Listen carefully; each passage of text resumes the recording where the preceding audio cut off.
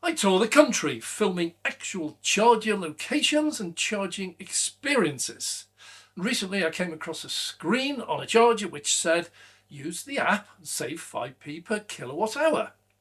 Well, I already had the app, but it only allowed me to charge at full price. To get the 5p discount, I was told I had to complete the application form, sign in and become a member. And when I saw the questions, I immediately stopped my application. Name, address, date of birth, full address, bank details, salary range. I'm Dave, welcome to Dave Takes It On. So which EV network has got me so upset? Dave Takes It On goes out there and actually experiences what is the reality that often differs from what we've been told or believe. So important to get the actual truth. On this trip, I headed to a brand new Osprey charging location that I filmed recently during construction, but was now saying it was operational. It wasn't. The fences were still up, and a Siemens engineer was working away inside the main power cabinet. The chargers were not powered up. The screens were blank and black. He was not totally pleased when I told him the site was reported on Osprey website and app as being live. Well, that was pretty much the end of our conversation, and he returned to work. Well, obviously I'll keep an eye on this over the next few days. Well, that video was now not possible to film, and I did want to get some filming in, so I headed to a new charger that opened just a few months ago. I have filmed there before, but I've never charged there, so this was an ideal opportunity. It was also the location of 3 charger networks. 2 were many years old, the other brand new, so I could plug my Tesla Model S into one of them, charge at one, then hop over to the others and check things like ease of use and, more importantly, charging speed to see if there was a significant difference. Well, that video will be the subject of a separate video due out later. If there is a major difference in speed, this could change the chargers that you choose to use when you are out on the road. Well, this location was Jarlath Richards motorway services on the M6 northbound midway between Wigan and Preston. This is one of the very early motorway services way back in the day to be opened, and the original EV charger was a single Ecotricity 50 kilowatt dual bay device. That had been upgraded by GridServe when they took over Ecotricity in 2021. Today they operate twin 50 kilowatt dual bay chargers, which have become hopelessly out of date and virtually useless.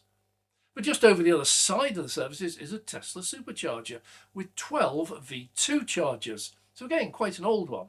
But each of those is capable of 150 kilowatts. They operate on a shared power basis between 2 bays, so the minimum speed you should expect is likely to be 75 kilowatts, but if it's empty, you're more likely to get 150 kilowatts. Well, that is a huge improvement over GridServe's 25 kilowatts. Well, my first stop was at the Applegreen charger that opened very recently. It's got 8 dual bay 180 kilowatt US made chargers. These are really neat, brightly coloured, and the location is clean and attractively marked out. When I arrived, I was the only EV there. 15 out of 16 bays were vacant. And I do have to say, when I left, they were all vacant. Well, looking at the screen, I saw that the price was quoted as 77p. That differs from some of the others I've visited that were 79p, but it also stated I could save 5p if I used the app. Now, because I spent most of my time driving around the UK and trying out different chargers from different networks, I have virtually all the apps already downloaded on my phone. So I found the Applegreen one, opened it up, and it said 77p. So first black mark, I've got the app, but cannot get my 5p discount.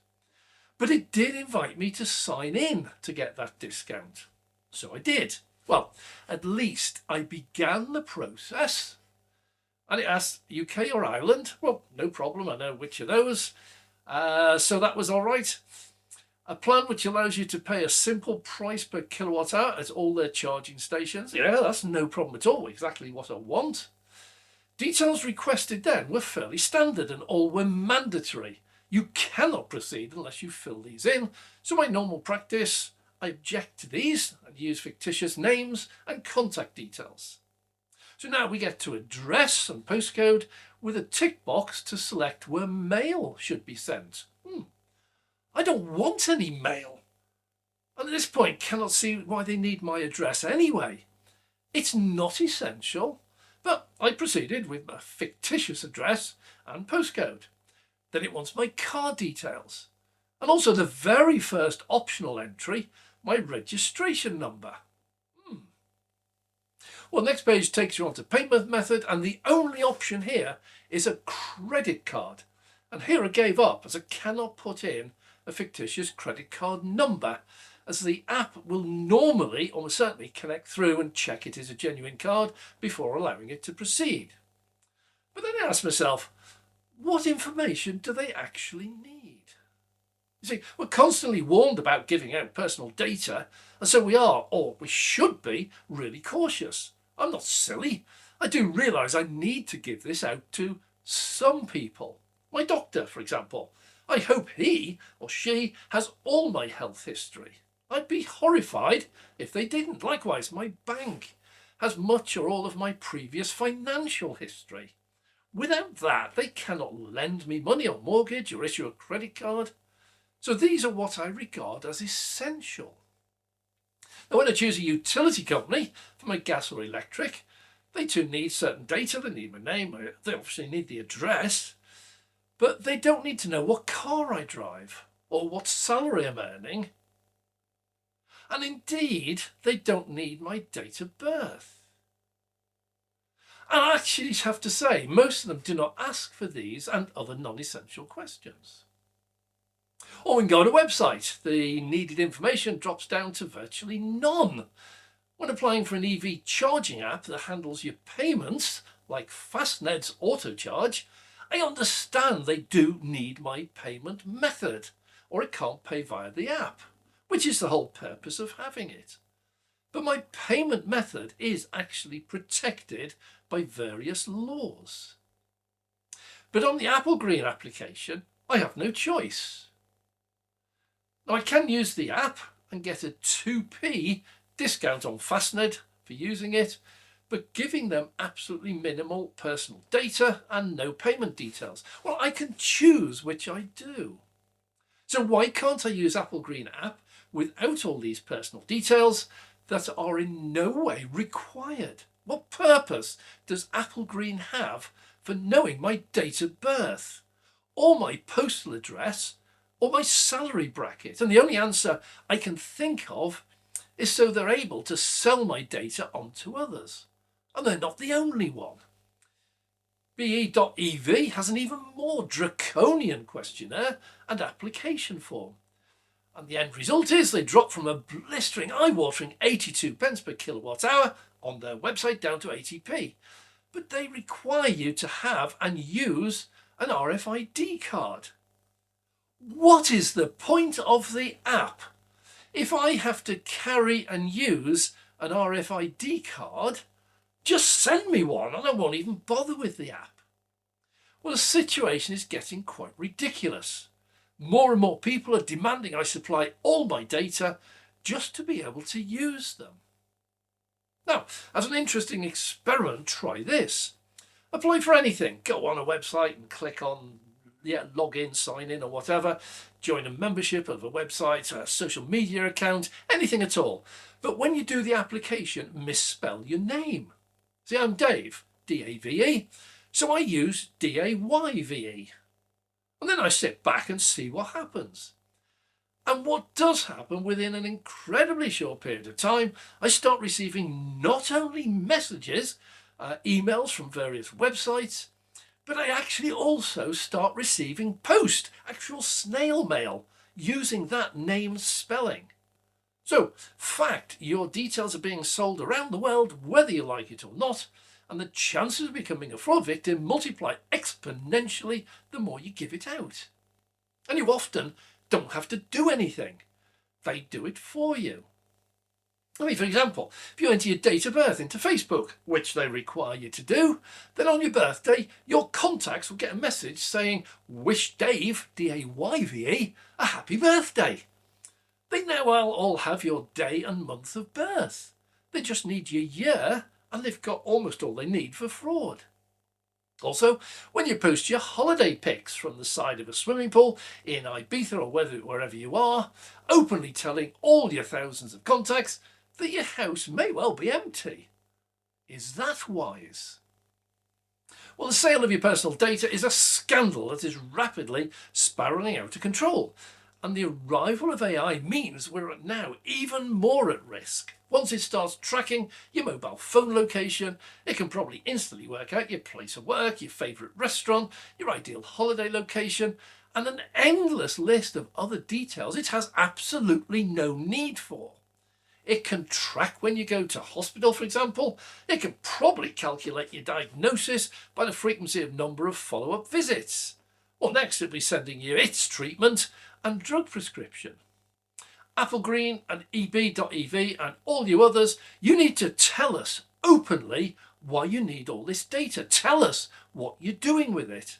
My worry is you might have the data secure that you hold on your computer, although that's not guaranteed, judging by all the data breaches we see in the press with a monotonous regularity and some really big names. But how secure is it on the next computer owned by anyone on the open market who makes the correct payment to you? Well, for me, I will continue to use fictitious names, addresses and DOBs when asked wherever possible.